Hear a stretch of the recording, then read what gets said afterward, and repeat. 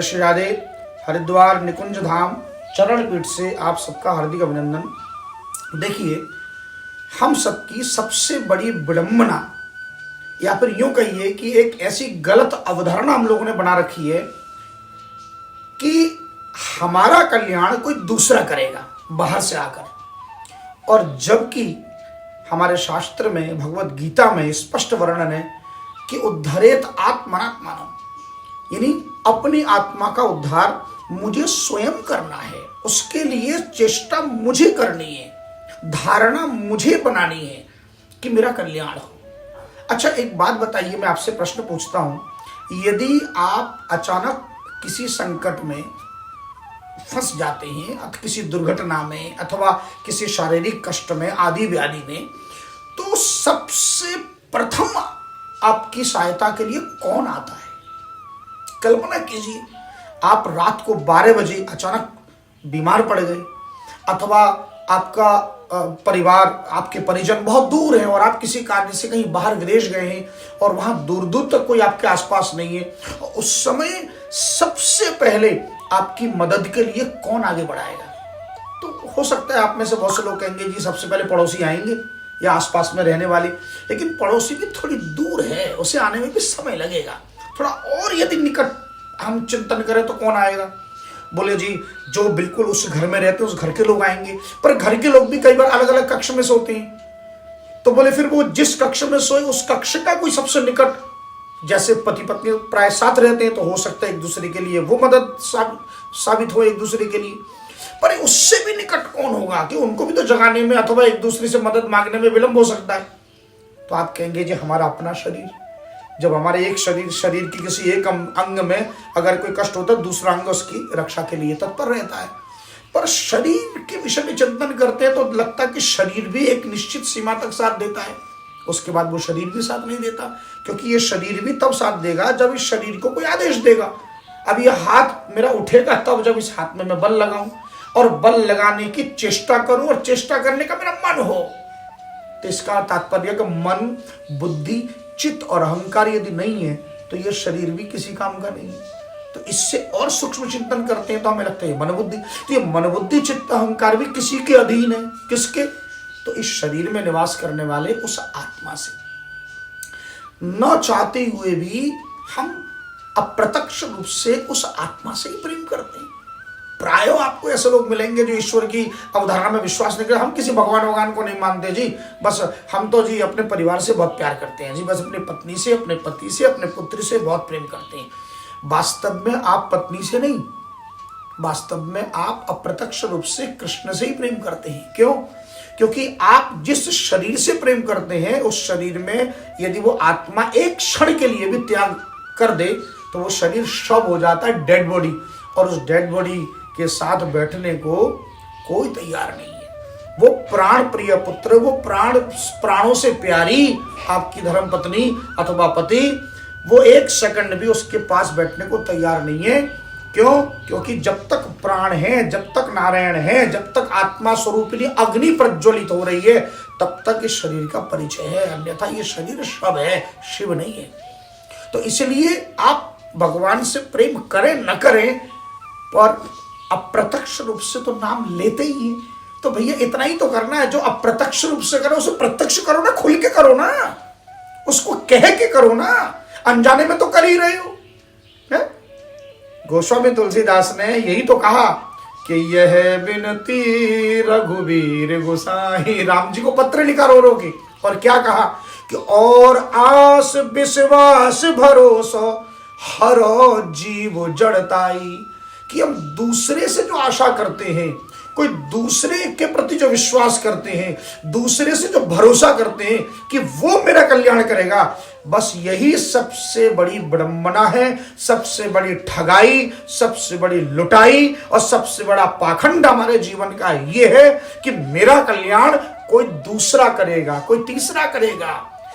और जबकि श्रीमद् भागवत में एक एल गीत है जिसमें तितिक्षु ब्राह्मण का प्रसंग आता है। वो ब्राह्मण रोते हुए गीत गाते हैं, वो कहते हैं, नायम जनों में सुख दुख हेतु न देवतात्मा गृह कर्म काला। है। नायम जनों में सुख दुख हेतु, भैया मेरे दुख सुख का कारण इस संसार का कोई प्राणी नहीं, कोई देवता नहीं, कोई ग्रह नहीं, कोई नक्षत्र नहीं। बोले मेरे अपने स्वयं किए हुए कर्म हैं जिन्हें मैं भोग रहा हूं, और इन कर्मों से पार पाने के लिए मुझे ही भगवान के नामों की शरणागति लेनी पड़ेगी। तो अंततो गत्वा जो हमारे सबसे हृदय में विराजमान है वो हमारा सबसे निकट है, और वो निकट है केवल श्री कृष्ण। क्योंकि भगवत गीता में स्पष्ट कहा, हृदय से अर्जुन तिष्ठति, हे अर्जुन मैं इस हृदय रूपी गुफा में बैठा हूं। तो मेरा सबसे सगा, मेरा सबसे निकट कौन हुआ? केवल श्री कृष्ण हुए। तो ठाकुर जी से अधिक निकट हमारा इस संसार में कोई दूसरा हो नहीं सकता। यही कारण है कि हमें केवल भगवान के नाम का ही आश्रय लेना चाहिए। और वो नाम, और वो अब आपका प्रश्न होगा कि हम नाम कैसे प्राप्त करें? तो भैया देखिए, चरण पीठ पे मैं विराजमान हूं। मैं प्रतिदिन 2 घंटा यहां इस गद्दी पर बैठता हूं, और आपके जीवन में जो भी आदि व्याधि रोग शोक भय बाधा जो भी आप मुझे बताते हैं, मैं ठाकुर जी के चरणों में केवल उसको रखता हूं, और उनमें से परमात्मा जो नाम मेरे हृदय में स्फूर्ति है, भगवान के 1000 नाम, गोपाल सहस्त्र नाम के 1000 नाम, विष्णु सहस्त्र नाम 1000 नाम, राम सहस्त्र नाम 1000 नाम, नारायण सहस्त्र नाम, ऐसे भगवान के हजारों लाखों नाम है। उनमें से किसी एक नाम का मैं आश्रय लेता हूं और आपको बताता हूं, और बदले में आपसे 540 महामंत्र की भिक्षा लेता हूं। 25 वर्ष पहले श्रीमद् भागवत कथा में जब मैं कहता था कि भगवान के नाम जपने मात्र से आपके सारे आदि व्याधि कष्ट रोग सब दूर होंगे, तो लोग उपवास करते थे। अरे भाई, रात दिन हनुमान चालीसा में संकट कट मिटे सब पीरे, जो सुमरे हनुमत बल वीरा, हम लोग गाते पर मानते नहीं है। अरे भाई क्यों नहीं होगा? गोपाल सहस्त्र नाम में एक श्लोक है, 7वां श्लोक, जिसमें का दाता दारिद्र भंजन हो। इसका क्या तात्पर्य है? मान लीजिए आपके जीवन में कर्जा बहुत हो गया है, चुका नहीं पा रहे हैं, बहुत घाटा हो गया व्यापार में, और अथवा नौकरी से निकाल दिया गया कोरोना काल में, हम बहुत बेरोजगार हैं, करें क्या? तो भगवान क्या कह रहे? दाता दारिद्र्य भंजन हो। श्लोक में लिखा है कि भगवान पूरे विश्व के दाता हैं, और दारिद्र्य यानी हमारी दरिद्रता का उन्मूलन करने वाला, दरिद्रता का नाश करने वाला एकमात्र कृष्ण है। तो जो इस जिम्मेदारी को ले रहे हैं, उनका नाम का आश्रय तो लेना है, करके तो देखो।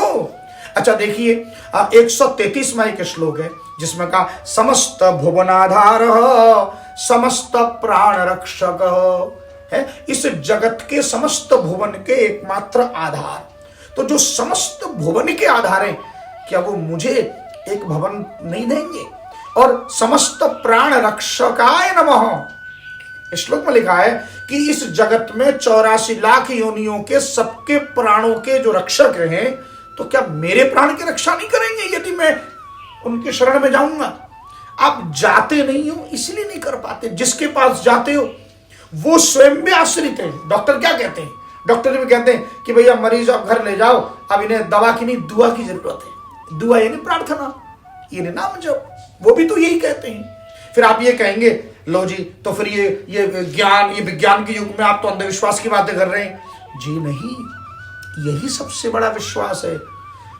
139वां 139 श्लोक में लिखा है कि विज्ञान ज्ञान संधान तेजो राशि जगतपति ही। क्या? विज्ञान ज्ञान संधान, यानी इस ब्रह्मांड के समस्त विज्ञान ज्ञान समस्त गूढ़ रहस्यों का एकमात्र आधार यदि कोई है तो वो श्री कृष्ण है। और क्या कहा? तेजो राशि जगतपति, अर्थात इस शरीर का तेज बल ओज है। बीजम माम सर्वभूतानाम, यानी इस जगत का एकमात्र शाश्वत और अखंड बीज वो मैं हूं, ऐसा भगवान श्री कृष्ण कह रहे हैं। तो वो तेज, वो प्रकाश पुंज और जगतपति ही जगत का एकमात्र पति, एकमात्र स्वामी ठाकुर है। तो जो जिम्मेदारी ले रहे हैं उनका ही तो आश्रय लेना है।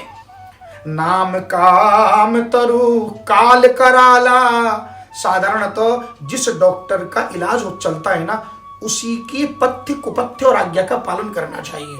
तो इसलिए हम लोग इस कराल में, कराल यानी कलयुग में रहते हैं, तो साधन भी कलयुग जैसा होना चाहिए, सतयुग और त्रेता का नहीं। इसलिए नाम काम तरु काल कराला और सुमिरत समन सकल जग जाला। इसलिए सुमिरन करने मात्र से समस्त जगत के जंजालों से मुक्त होंगे, ऐसा भगवान का संकल्प है। तो आप नाम का आश्रय आज ही लीजिए, आज ही कागज उठाइए और 540 महामंत्र लिख डालिए। हरे कृष्ण कृष्ण कृष्ण हरे हरे, हरे राम राम राम हरे हरे, इसको लिखना है। बहुत से पूछते क्या लिखें, इसको कागज में लिखिए, 540 बार लिखिए, क्योंकि 540 में 5 माला, 108 में 1 माला, तो 108 गुणा 5 कितने, 540। और लिखकर मुझे कागज नहीं भेजना, केवल उसकी फोटो खींचकर आप व्हाट्सएप कर दीजिए बस। और उस 24 घंटे से भी पहले मैं स्वयं फोन करके आपको इसी गद्दी पर यहीं बैठकर और एक विशेष नाम जो आपके उन जीवन से जुड़ा हो, आप उस नाम का आश्रय लीजिएगा। पर नाम जप की एक विधि मैं पहले बता चुका हूं, अगले वीडियो में बताऊंगा कि उसको कैसे जपना है और किस प्रकार से सम्यक विधि क्या है। तब तक के लिए जय जय श्री राधे।